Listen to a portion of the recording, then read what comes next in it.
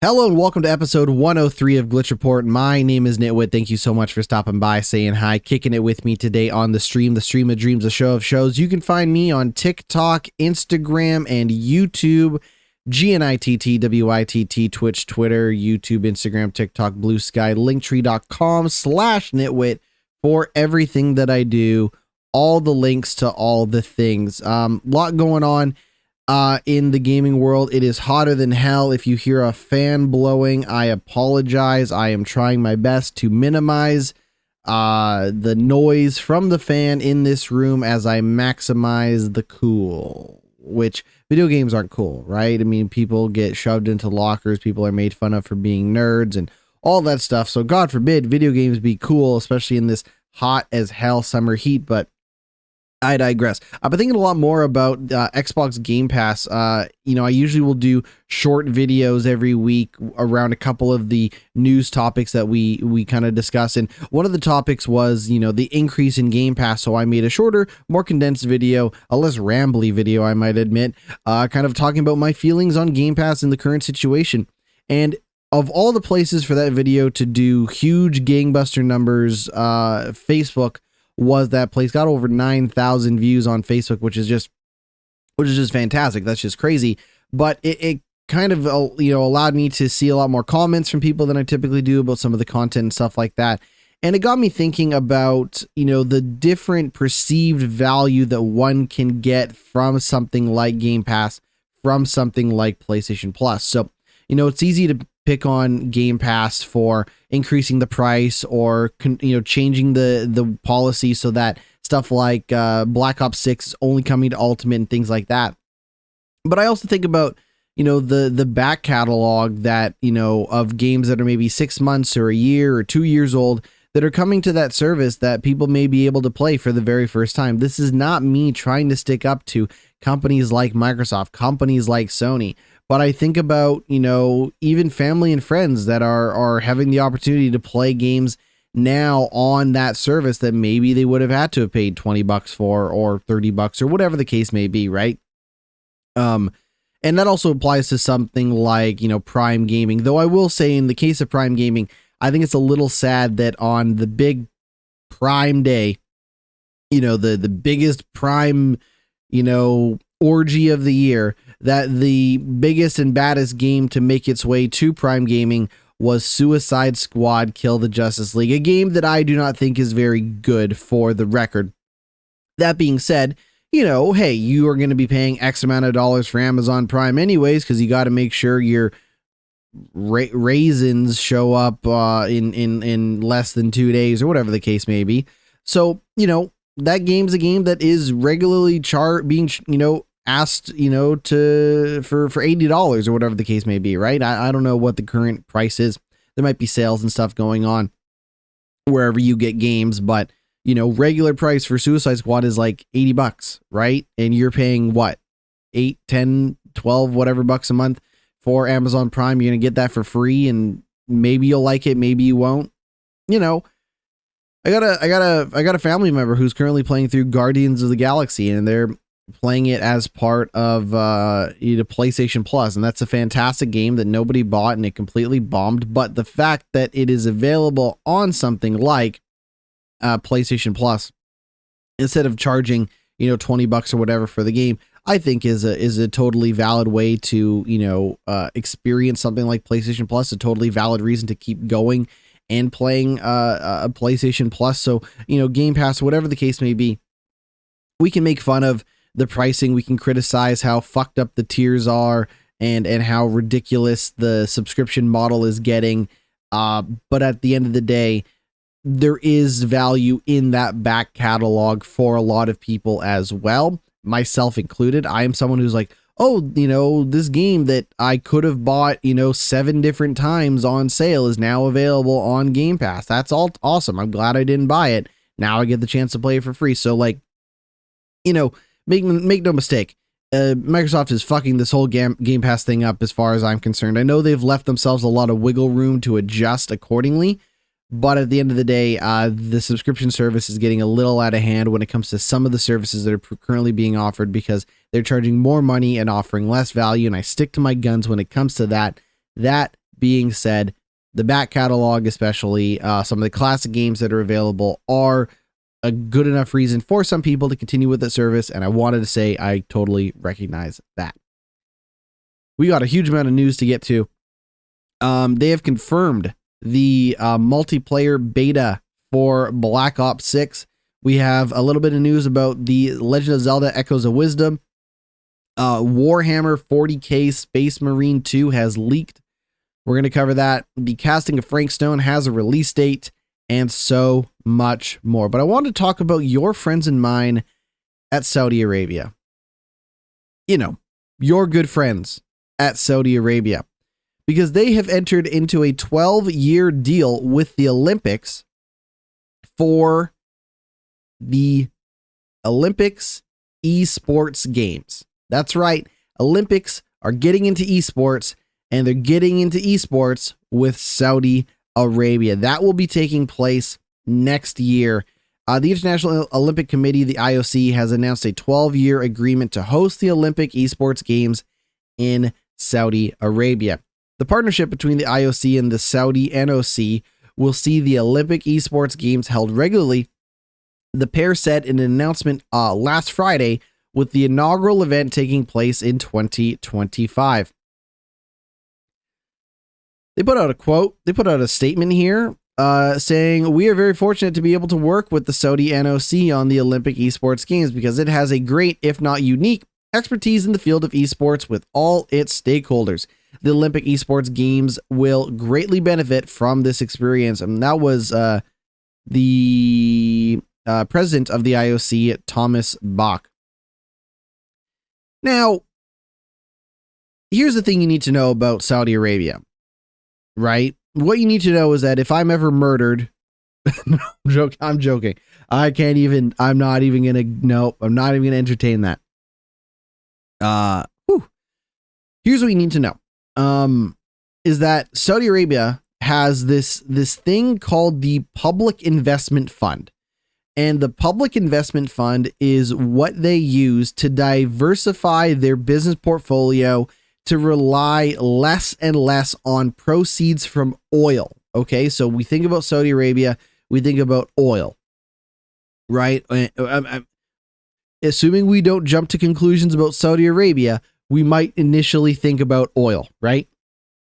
So this Public Investment Fund is something that they use to invest in things like video games. That's also, partially where they will work with sports organizations or sports entertainment organizations, whatever the case may be, for that stuff. And that is where a lot of this money is coming from. So when the Olympics president talks about all of its stakeholders, basically what they are saying is that Saudi Arabia showed up with a bag full of money and a document that says don't ask questions about where this money came from.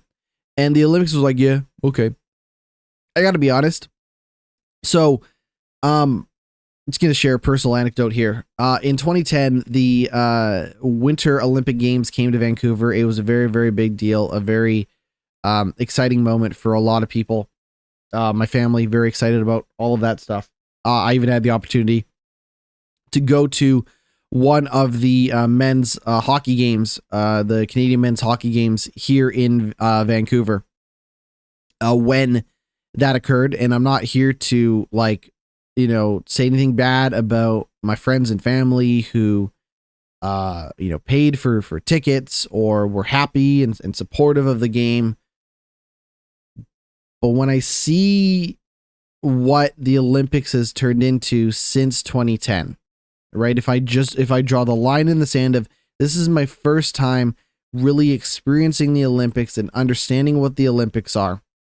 If I start from there, I'm maybe younger than some people who listen to the show, whatever the case may be. But if I draw a line in the sand to say, starting from here, this is my experience with the Olympics. 2010 onward, I don't much care for the Olympics.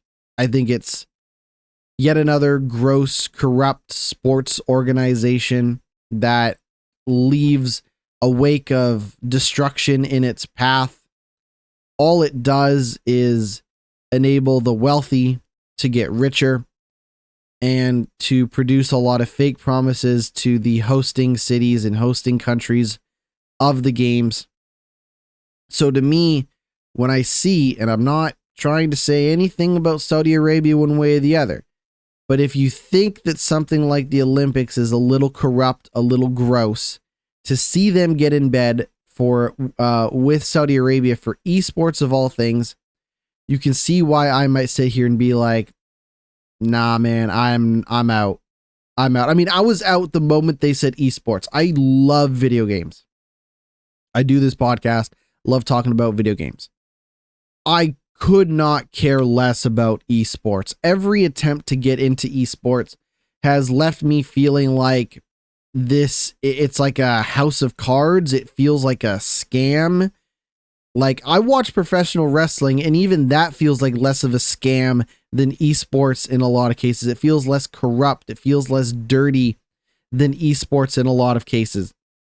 And maybe I'm wrong, but when I think about my negative feelings about esports, my negative feelings about the Olympics, and my feelings on Saudi Arabia, I'm out. I'm out. Right? Because people accuse Saudi Arabia of sports washing the idea that they're using sports and other forms of entertainment to gloss over things like human rights abuse and stuff like that. And I'm not saying the Western world is any better. Like, I'm not here to like do any of that stuff, right? But when I think about the Public Investment Fund and what it's done, it's mostly been used, in my humble opinion, as a manipulation tactic, a propaganda tactic. And I mean, the other thing concerning part is like, the Public Investment Fund has also been used to invest in companies like Electronic Arts, Take-Two, and Nintendo. Right? And when I say human rights abuse, I'm not just talking about them allegedly murdering, journalists. Saudi Arabia allegedly murdering journalists. Right? I'm also talking about, potential human rights issues within Saudi Arabia itself. So you have this company getting into bed with already a pretty gnarly organization like the Olympics and investing in organizations like Electronic Arts, Take-Two, and Nintendo. Let me put it to you like this. Okay? If Saudi Arabia keeps investing in Nintendo, the next Nintendo game that is a kart racer, let's say Nintendo puts out another Mario Kart. Mario Kart's a game where all the different Mario characters drive around in little go-karts. If Saudi Arabia keeps investing in Nintendo, in the next Mario Kart game, Princess Peach is not going to be able to drive her own kart because of the influence that Saudi Arabia has on Nintendo. And I'm just disappointed. I'm just disappointed, but I'm not surprised considering this is the Olympics we're talking about and esports. So in that, it is the biggest news story of the week because it is just awful things getting into bed with each other. And to that I say, this is the world we live in. Speaking of Saudi Arabia, WWE is doing a crossover with Call of Duty Modern Warfare 3. Yes, it is. And you might be like, well, why are you picking on WWE when it comes to Saudi Arabia? Because WWE is like BFFs with benefits with Saudi Arabia, right? They do their shows once a year, if not twice a year in some cases, if they can get away with it. And whatever. Modern Warfare 3 continues to get, seasonal updates and content and things like that. And they have announced that there will be, let's see here. What do we got? So WWE is coming on July 24th. It will feature 3 characters that you can buy. I don't know if I ended up seeing the video for this. Yeah, it kind of shows 3 people it's a very short teaser, but it shows like 3 people in the shadows as like potential characters, which makes you start to wonder who could those characters be. If I were to guess the WWE characters, that are going to be making their way to Modern Warfare. I'm going to cheat a little bit because I'm going to bet more than 3. In the video, it shows one woman silhouette. To me, that would either be Rhea Ripley or it would be Bianca Belair. You could do a Roman Reigns, even though he's not really around right now. You could do a Roman Reigns, and you could probably do a Cody Rhodes, right? Now, if you were to ask me, GnittWitt, who do you think should be in Call of Duty? I would get rid of most of those people. First and foremost, you should probably have Sergeant Slaughter in Call of Duty because it just makes sense. It just makes sense. It just makes sense. I would like to see Doink the Clown in Call of Duty.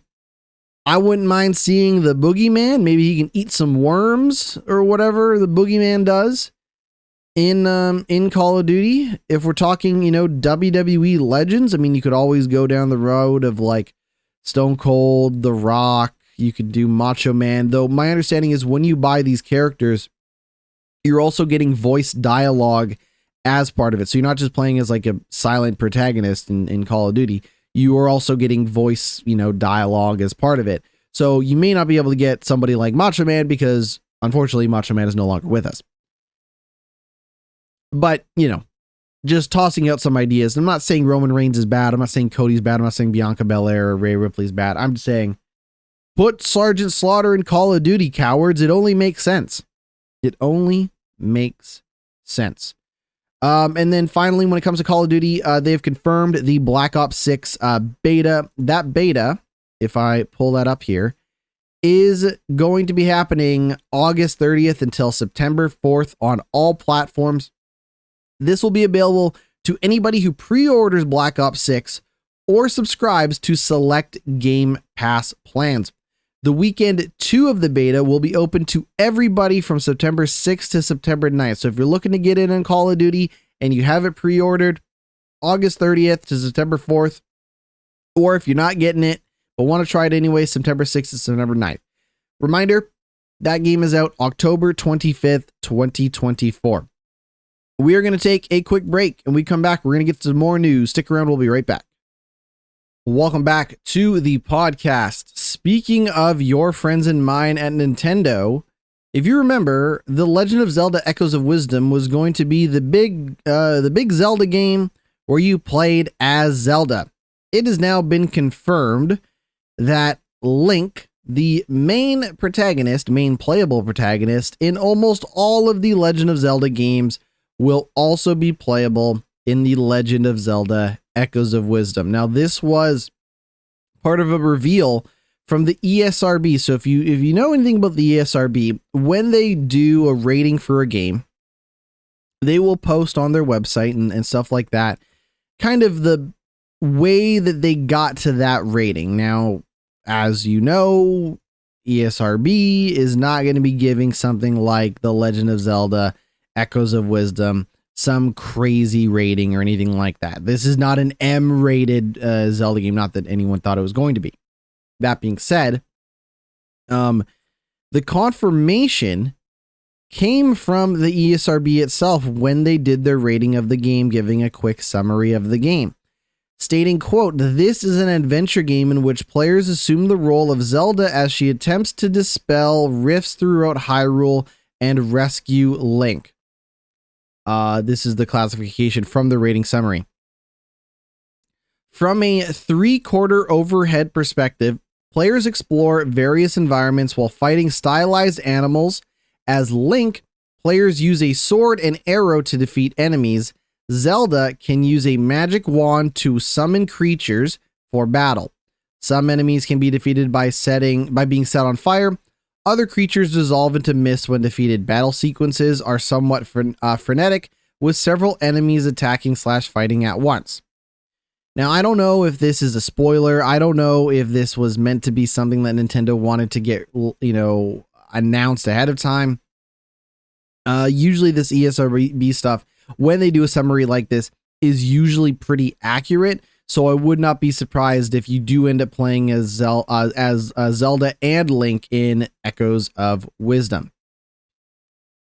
So Warhammer 40K Space Marine 2, one of the more anticipated games coming out later this year. It's been a very long time since Warhammer Space Marine originally came out. And unfortunately, a pre-release unfinished version of the game has leaked. Saber Interactive and Focus kind of put out a statement together saying that they were saddened by the leak of an old Space Marine 2 build.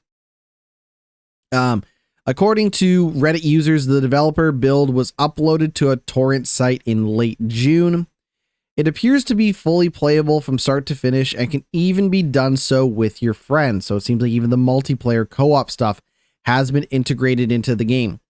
Videos of the opening missions are being uploaded to YouTube channel and contain heavy story spoilers. This is the sequel to the 2011 hack and slash Space Marine, being developed by Saber, published by Focus. And Video Games Chronicles, shout out to Video Games Chronicles, has approached for comment about the leak. In late June, Saber and Focus said that a Space Marine 2 open beta had been canceled. They claimed running the beta was originally planned would have been a distraction for the game's developers as they gear up for release. They now state that Space Marine 2 is almost ready. We are now entirely focused on optimizing, polish, and fixing remaining issues ahead of a launch on September 9th. This means we will not run a public online beta as it would take development teams away from preparing for the full launch, and our priority is to ensure the best possible experience at release. So I don't know if they decided to cancel the beta because they knew the game was in full release anyways. They didn't say that. I'm not trying to speculate. Though you could potentially see a scenario where they're like, ah, shit, we're going to do an open beta for a game that already has been leaked. It might just lead to people playing the open beta and then finding out the game's leaked and then just buying it anyways. It's better to just put the goddamn game on shelves and allow people to play it if they want to, instead of looking into seeing if it's leaked or not. Super unfortunate. I feel for all the folks at Saber and Focus. You want, part of the thing with gaming, and I'm not here to say woe is me when it comes to, people's spoiled marketing campaigns and advertising promotions and stuff like that. Don't get it twisted. And I'm going to say this as somebody who's never made a video game before in their life. But let me see how close I get to the truth. When you make a game, or any form of art, really, and you have this release in mind and you know that you're going to be working up until this point in time for the thing to come out, the idea of having it be released in a compromised, unfinished state is truly disheartening. It's like, spoiling people. You only get one chance to make a first impression, right? So if someone were to stumble across a unfinished version of Warhammer 40K Space Marine 2, and their thought was, man, that game looks unfinished and broken as shit, fuck that game, not realizing that it's months and months old, unfinished, and the game's going to be out in a couple of weeks anyways, about a month and a half-ish, we could end up in this scenario where, people are potentially losing sales just because of impression, just from a perception standpoint, which I think is really unfortunate. So I wish Saber and Focus the best of luck, just in the sense of, trying to recapture lightning in the bottle with that first game, with this sequel, and trying to make sure that there's good word of mouth and positive vibes with the full release of the game when it comes out in September. Gamescom. So mark your calendar. If you're one of those people like me, if you're like me and you like to sit around and watch video game press conferences at your home on YouTube live, look no further than Gamescom. Gamescom is the next big event happening August 20th from Germany. Gamescom opening night live is the kickoff showcase hosted and produced by everyone's favorite Canadian, Jeff Keighley. That's August 20th. The main event will be running from August 21st to 25th. According to the organizers for Gamescom 2024 will feature more exhibitors than ever before when it takes place in August. So here's the thing to note about Gamescom. I probably talked about it before. I'll talk about it again. One of the things about Gamescom is that it is open to the public. If you are in Germany and you want to go look at the Sega booth and be like, wow, that's Sonic the Hedgehog, or whatever you do at the Sega booth. You know, wow, look at that Yakuza. You know, you can do that. It is open to the public, unlike something like Summer Game Fest, which is more of a press influencer type event. Now, they also kind of contextualize this, you know, kind of shooting for the moon expectations when it comes to the exhibitors, saying, following the strong growth of last year, we expect to set new records with Gamescom, featuring even more exhibitors and greater international participation. That is from the director of Gamescom saying, quote, fans, industry professionals, and partners from around the world can experience an even more diverse Gamescom this year with additions like the new social stage, cards and boards, and artist areas. So if you want to hang out, play card games and board games, and don't actually give a shit about video games, you can do that at Gamescom. If you want to check out some art, that is available as well. One of the managing directors for the German Game Industry Association said, one thing is for sure, Gamescom 2024 will once again be the ultimate gaming festival. Now, in fairness, they have they have stakes in this. So of course the people at the German Games Industry Association are going to be pounding their chest being like, Gamescom is the best and come on down to Germany and all that stuff. And I'm not saying it will be bad. I'm just saying that, like, you know, this is like coming from people who have an interest in hyping this up to the best of their ability. Even somebody like Jeff Keighley.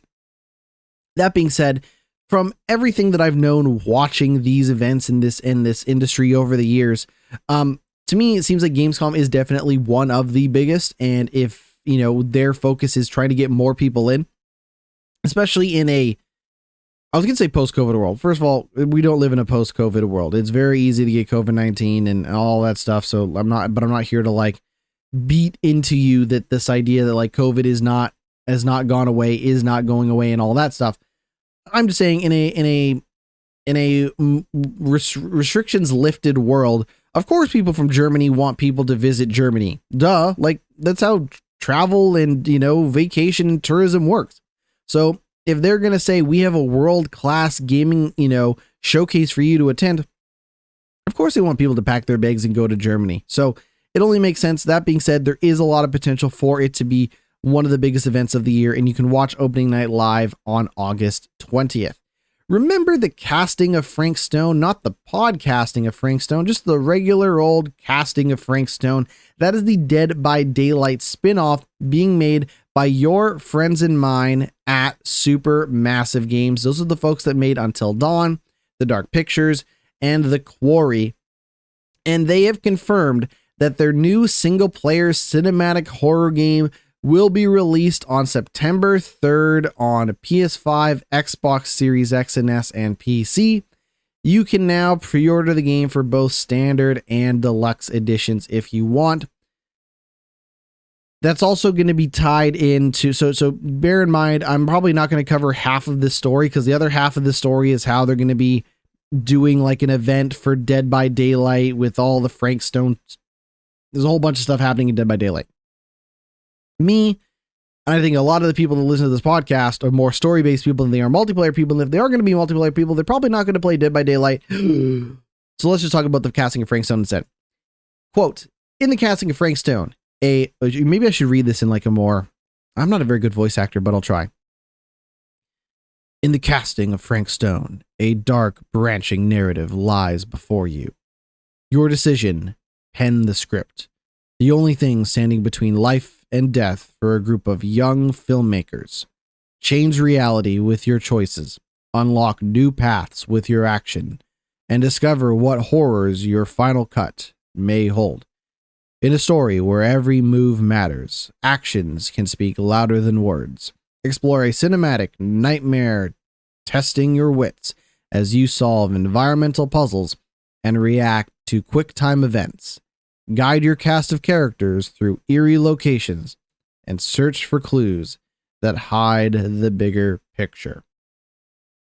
So I think the idea is that a bunch of these dang teens, I can say that now as someone who's almost 30, these goddamn teens show up to like a sawmill of some kind.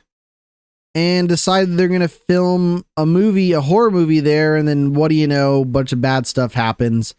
And I'm not trying to like dismiss it. Like, you know, it's a lot of that type of premise in the other Supermassive games. And then it ends up being a fun horror movie inspired game and all that stuff. And that's coming out September 3rd. Really quickly, Dead by Daylight is getting a 2 versus 8 game mode. So in the past, I think it's always been 1 killer versus 5 survivors, but now they're doing 2, or maybe it's 4, I don't know. Now they're doing 2 killers versus 8 survivors. That is going to be happening on July 25th, if that is your thing. There will also be 5 maps for you to do that game mode in, if that is your thing. What else? Oh, they're also adding oh yeah. Again, it is what it is, but Lara Croft Tomb Raider is coming to Dead by Daylight as well. Lara Croft will be on the survivor side of things. So if you want to play as a survivor and you want to play as Lara Croft, you'll be able to play as Lara Croft as a survivor in Dead by Daylight. Like I said, they're also doing some Frank Stone stuff as part of it as well, if that is your thing. Now, if you've been sitting here wondering, I know that that last Yakuza game, Like a Dragon, Infinite Wealth, just came out earlier this year. I know you might be thinking, it just came out earlier this year. When can we expect the next game from the team? It will be revealed at Tokyo Game Show later this year. Ryuga Gotoku, we're going to just simplify that to RGG, previously teased its next title, saying fans would be surprised. According to a recent live stream from the studio, its next title will be revealed at September's Tokyo Game Show. No further information is known about the game or which franchise the game will be from. So keep in mind, they have Like a Dragon. They also have done all their Like a Dragon spin-offs, right? They also have the Judgment series. So they could kind of go in a lot of different directions. To me, this doesn't sound like it's going to be a Like a Dragon game. And if they're saying it's a surprise, I doubt it's going to be a Judgment game either. Not that I have anything wrong with the Judgment games or anything like that.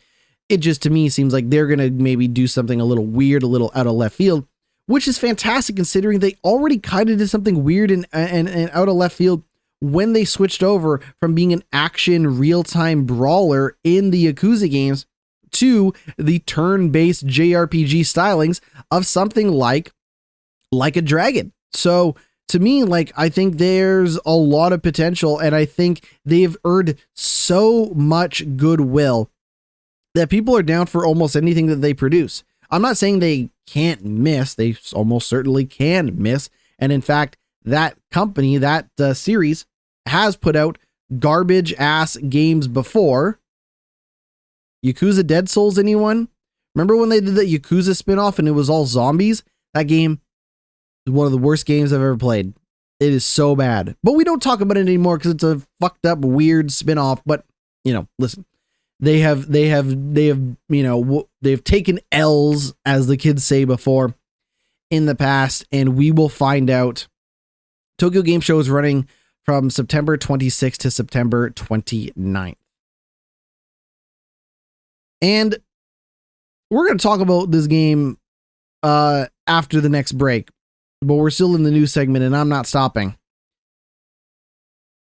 Suicide Squad is going to have a second season of content. They delayed that season of content. It will now be coming out July 25th. The first season of content introduced a new character to the game. So when you play the game, you can choose between 4 characters and you can switch between them at pretty much any time. The new character that they added in the first season, once they updated the game, was the Joker. The next character is Mrs. Freeze. Not Mr. Freeze, Mrs. Freeze. So here's the thing to note about Suicide Squad Kill the Justice League and their characters is that you do need to buy those additional characters. If you want to play as them, you don't have to, whatever. The other thing to note is that if you play through the Battle Pass, you will earn some amount of free currency that you could then turn into the other character. You probably still need to buy some of the currency. I don't think they're going to give you enough for free, but you can earn some amount of currency to pay for maybe a quarter of the character if that is your thing. But basically, Mrs. Freeze is going to use her ice path to glide over land and through the air with ease. She can also create loops and platforms to dash around battles and shoot enemies from above. It is a very fast-paced shooter. But anyways, she's coming to Season 2 if that is your thing. So let's talk about the games that I've been playing for a moment. I'm gonna have a more serious. I'm gonna quit clowning on Suicide Squad. I'm gonna try to have a more nuanced, serious discussion about it in just a moment. But I was playing a little bit of Dragon Age Origins. I wanted to kind of play through a Dragon Age game to get myself ready for Dragon Age the Veilguard, which comes out later this year. So I figured, we'll start with the start and we'll start with Dragon Age Origins. Unfortunately, Dragon Age Origins is a pretty old and pretty dated game, which I don't necessarily have a problem with, but it did have a bunch of weird bugs in it. And unfortunately, I had a bug where it just like killed a cutscene on me. And I was maybe an hour or two into the game. And I ultimately decided, you know what, if this game is going to be buggy and weird, it's an older PC game. I don't know if that's a problem or whatnot. I'm going to drop it. So I really wanted to play more Dragon Age Origins, but unfortunately it just had some weird buggy things that I wasn't a fan of. I had a better chance to play it on PS3 back when I originally was playing it on PS3, but I didn't end up completing it. I got maybe halfway or so into Dragon Age Origins. So I uninstalled Dragon Age Origins. I installed Dragon Age Inquisition instead. I skipped 2, went to Dragon Age Inquisition. Maybe I'll find some time to play more Dragon Age Inquisition, but for now, I'm not too sure if I'm going to get around to playing a Dragon Age game in time for Dragon Age the Veilguard, but I would really, really like to. There were some other games that I've been playing. I didn't even bother to put in the notes, but that really doesn't have anything to do with the quality of the game. One of the games that I bought on the Steam Summer Sale was a top-down shooter called Maniac, a very Postal-esque game. In the sense that you are running around, shooting, blowing up, causing mayhem, and all that stuff. And it's a game that is meant to be repeated in the sense that when you are running around, shooting stuff, blowing stuff up, you are earning money in that during that run. Basically, if you can think of it as a run. So you run around, you're blowing stuff up, you're earning money. Once you die, you go back to the main menu and you use that money to buy upgrades for your character that would allow you to do, there's a lot of different upgrades. So you start off, your main character is like a drunken mall Santa with a shotgun. So you can do things like, oh, now this shotgun does more damage, or this, you take less damage from explosions, or things like you magnetize, like basically the money like drops as like a drop that you pick up in the game, right?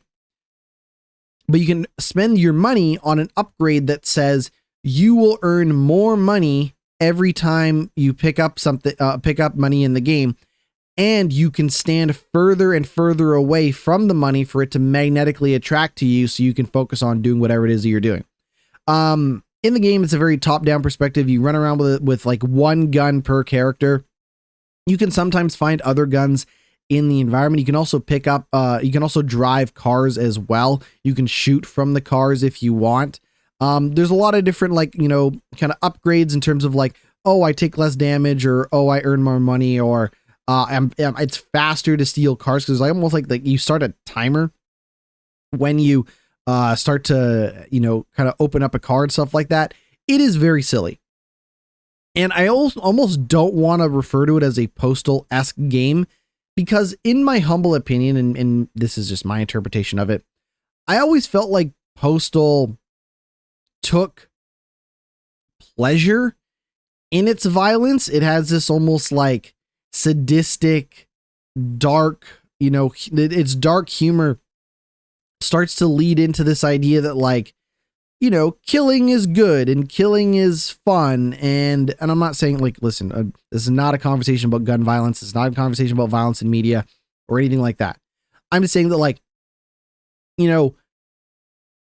Postal often had jokes to say about the suffering of others.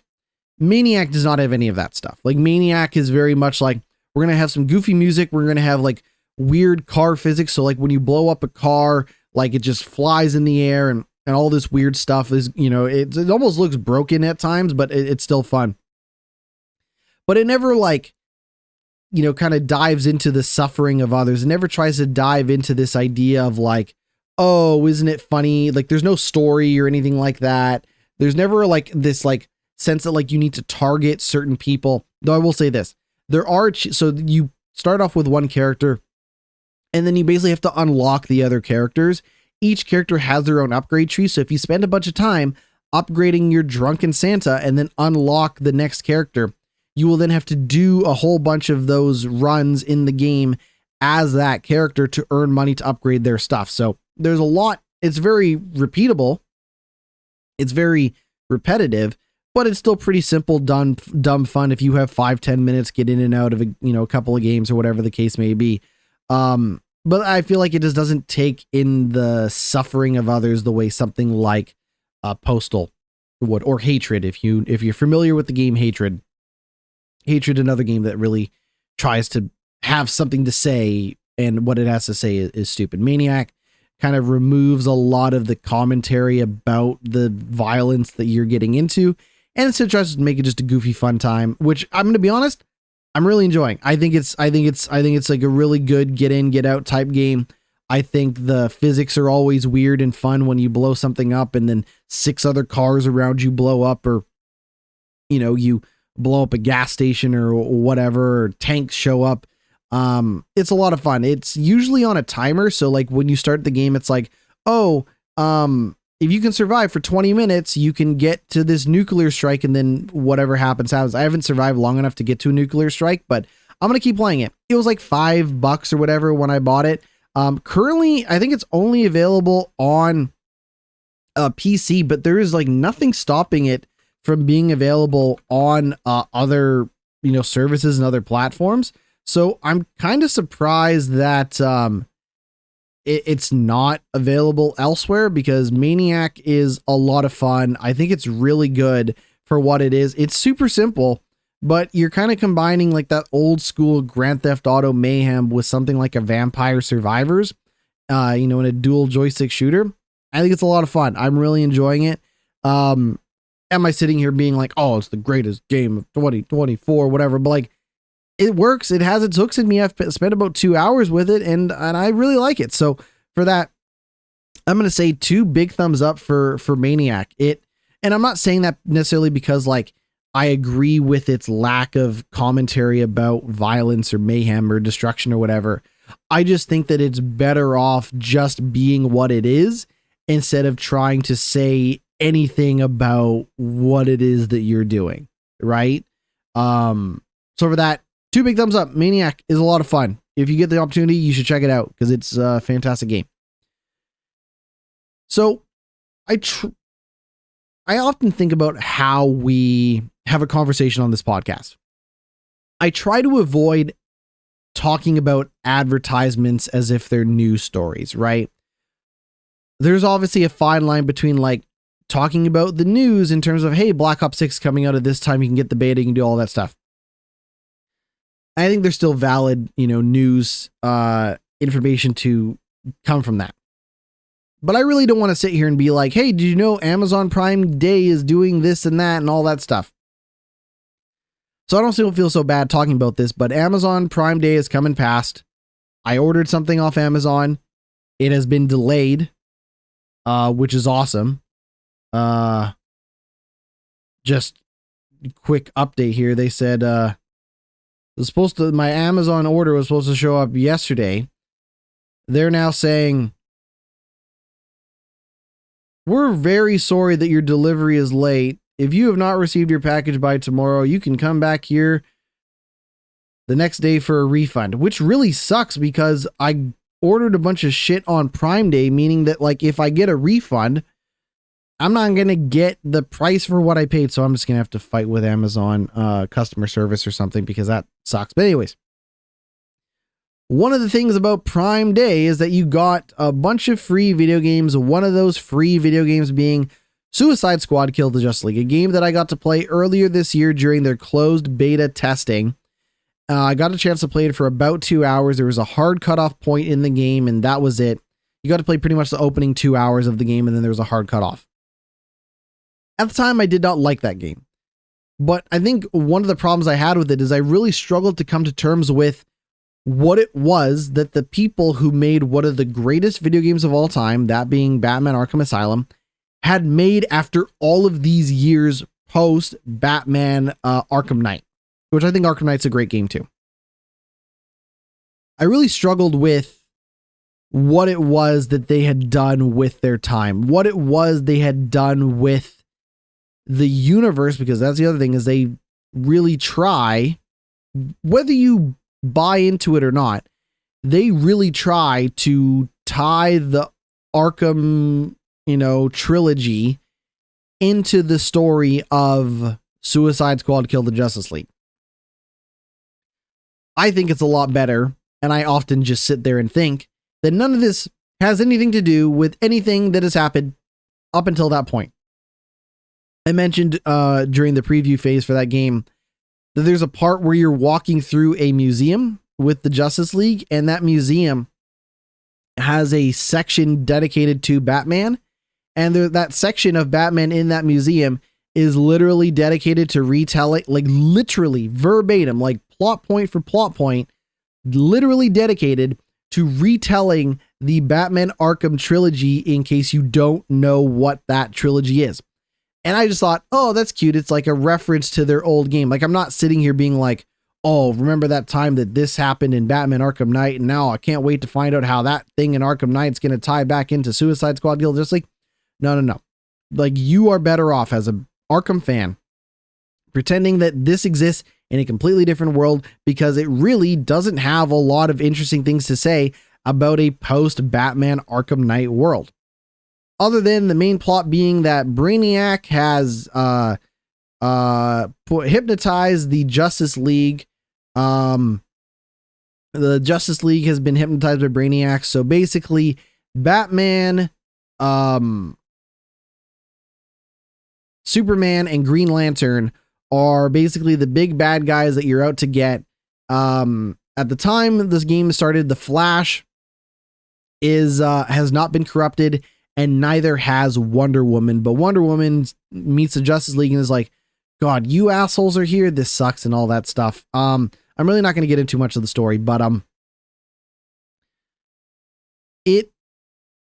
now that I've had a chance to play more of it, I think I'm trying to come to terms with what that game is and meet it halfway, instead of criticizing it for not being, the Rocksteady type of game that I know and love. I'm really trying to meet it in the middle in terms of what it is. And what it is a bad game. Suicide Squad Kill the Justice League is a bad game. But the thing that I realized playing more, I put about 6 hours-ish into Suicide Squad Kill the Justice League over the last few days. The thing I realized playing Suicide Squad Kill the Justice League is there have been times where I have played a bad game, known it was a bad game, tell people it's a bad game, verify through my own playing of the game that it is not very good, and still walked away liking that game. An example I might give of a game that I don't think is very good, but happen to really like, is Gotham Knights. Gotham Knights has a ton of shortcomings. Separate from, anything related to Suicide Squad Kill the Justice League, I don't think Gotham Knights is a great game, but I played the hell out of Gotham Knights. In fact, I played through Gotham Knights twice. I believe I played through Gotham Knights twice last year, at the start of it, and then towards the end. I was just like, I'm going to play Gotham Knights on Steam.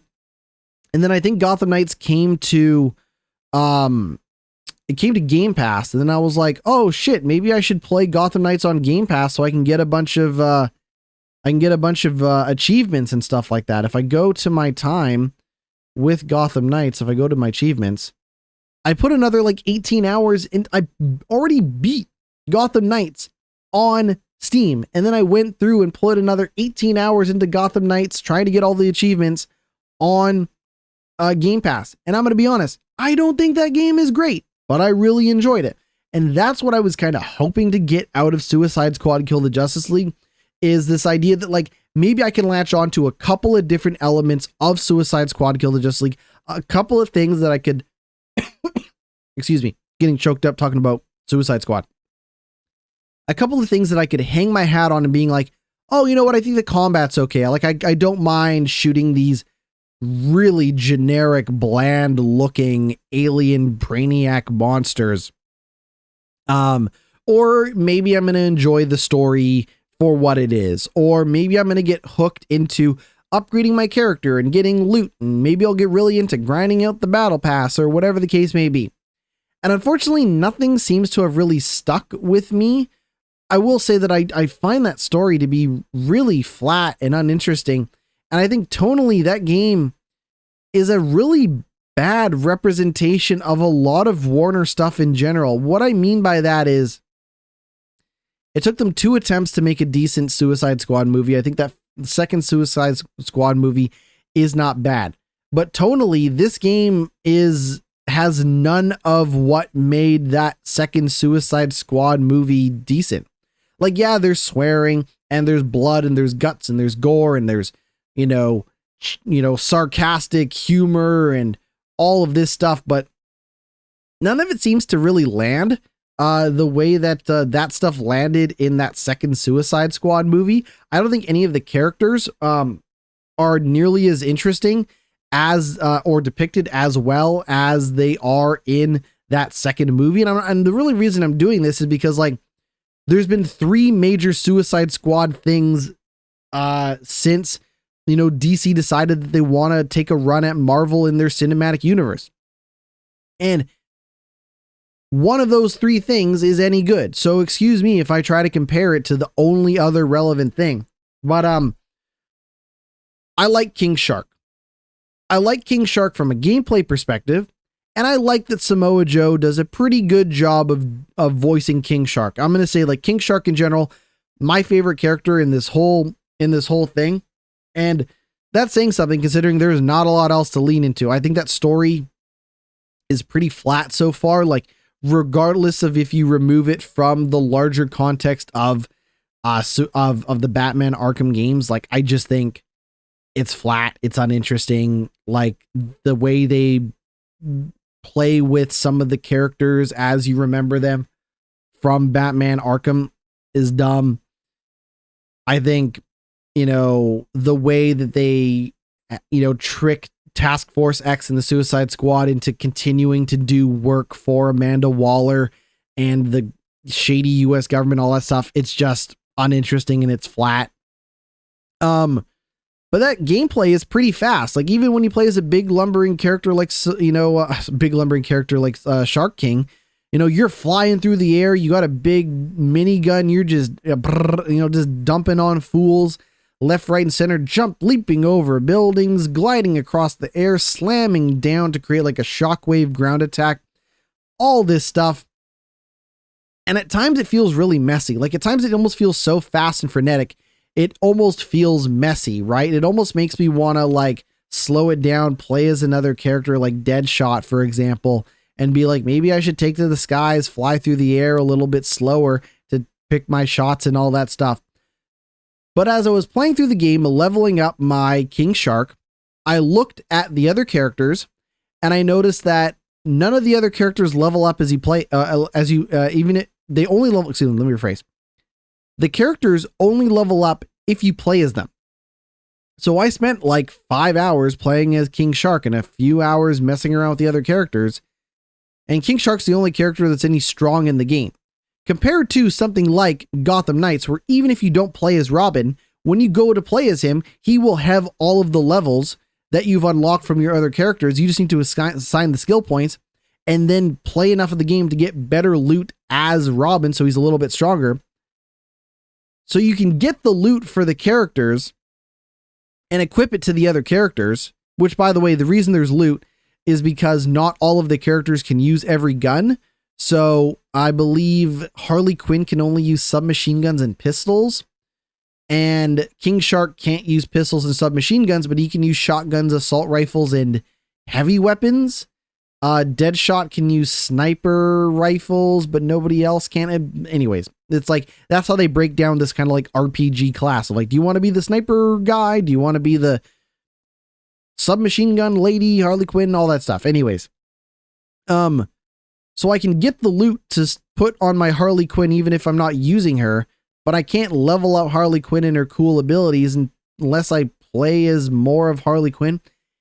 I think it's a really bizarre, flat, and lifeless upgrade progression system, because even after playing as Shark King, I almost said Samoa Joe, but even after playing as Shark King, I don't necessarily feel significantly more powerful, even after getting a really badass, awesome, machine gun, or getting these new abilities and upgrades. Like, I don't feel that much more powerful. And it's probably because if they make the game too easy, if you get too powerful, you're going to have less of an incentive to play it because you're going to find that it's too easy. There are difficulty options. I've been playing on normal, which I haven't found to be particularly hard, really, at all. It's pretty dumb easy for the most part. But I just don't feel any sense of power, and I feel like that's why you put an RPG system into a lot of games, is to feel like a badass and to feel powerful. And I'm just not there. So I don't really know. I feel like I could talk myself in circles talking about Suicide Squad Kill the Justice League. But as of right now, I'm just not too sure what part of that game is going to stick with me, if anything. I'm not in love with the story.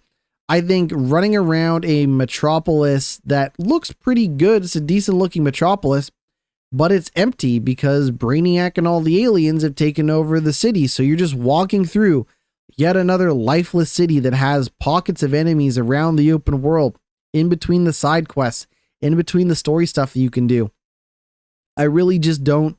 It feels really flat in life. Like, I think the worst thing I can say about Suicide Squad Kill the Justice League is that it's flat and lifeless, and it really doesn't know what type of game it wants to be, because you could have made a pretty linear story-based game without any of the multiplayer components. Well, first of all, also I should mention, I have not played this game with anybody. I turned off all that multiplayer stuff. I'm not gonna play with anybody. When you play by yourself, the other members of the squad are just played by bots. So you are always playing with the full Suicide Squad, compared to something like Gotham Knights, where if you play Gotham Knights and you are out there by yourself, you do not have the other group with you. In Suicide Squad, everybody is always in the group shooting and all that stuff, which I think makes for a more lively game because they never shut up.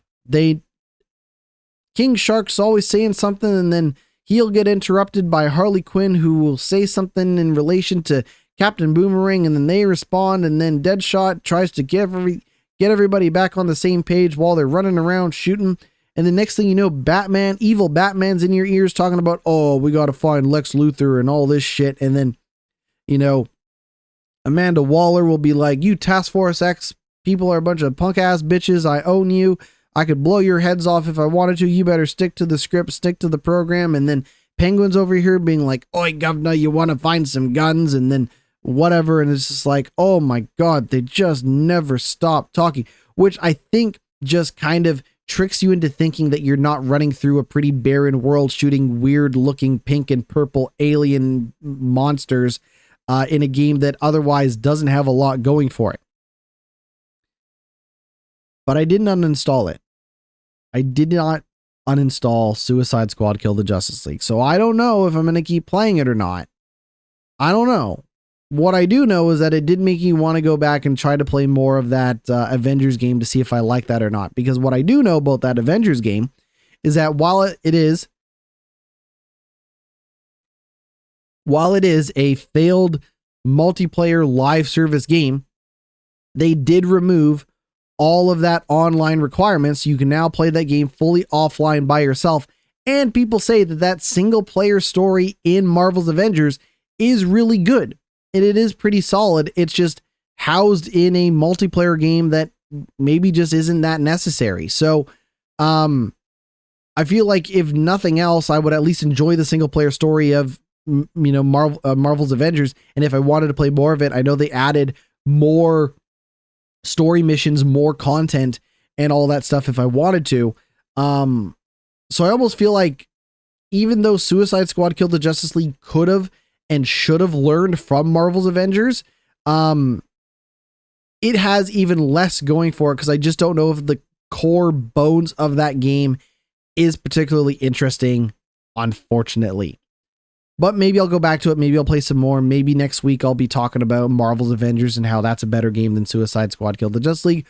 I don't know. I think if you are somebody who wants to play superhero games, you are better off playing the Batman Arkham games. You are better off playing Marvel's Midnight Suns. You're better off playing Guardians of the Galaxy. You're better off playing any of the 3 Spider-Man games.